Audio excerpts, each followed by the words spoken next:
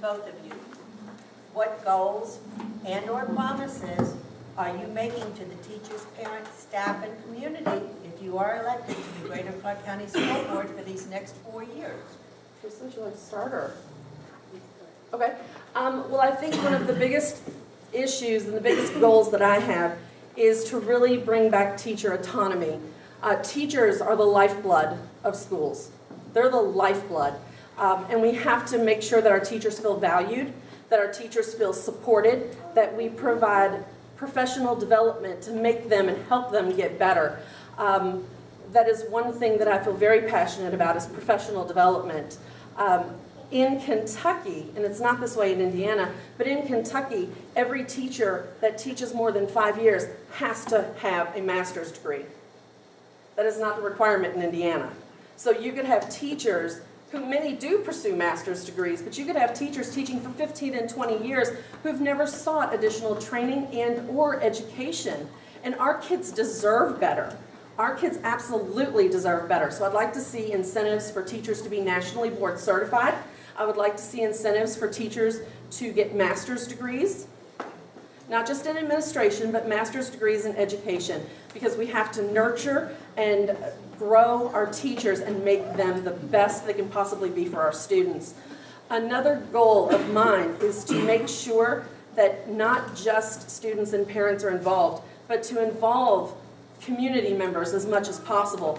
Transparency is a big thing that I believe in. I will tell you anything you want to know. I always tell my students on day one that if I ever give you an assignment and you don't see the value in it, you have the right and you have the responsibility to call me out and say, why are we doing this? What is the purpose?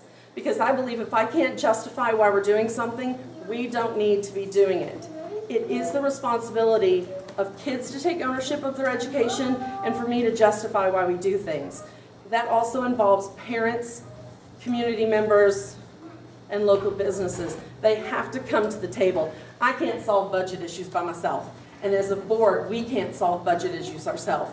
We have to get everyone involved to make this solution work. The state has tied our hands in a lot of ways with the money that's available to us. So we have to come up with alternate ways to fund education.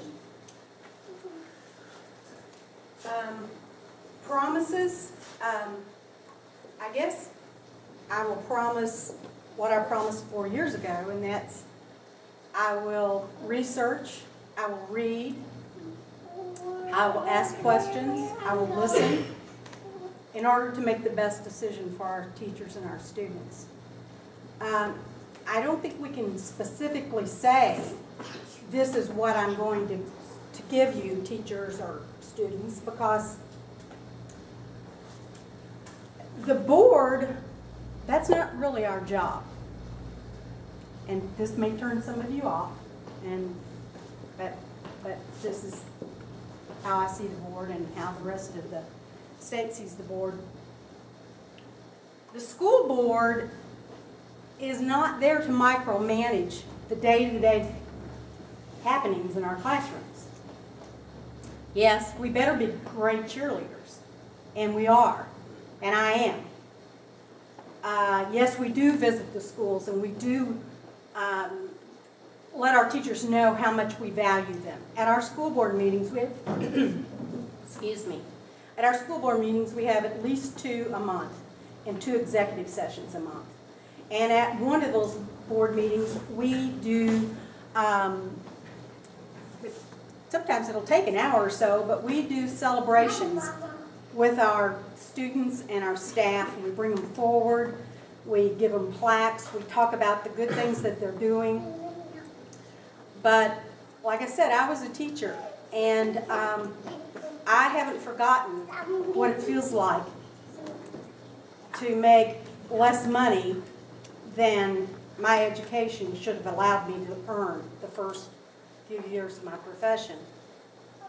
I haven't forgotten how it feels when the newspaper comes out and it says, your school is failing.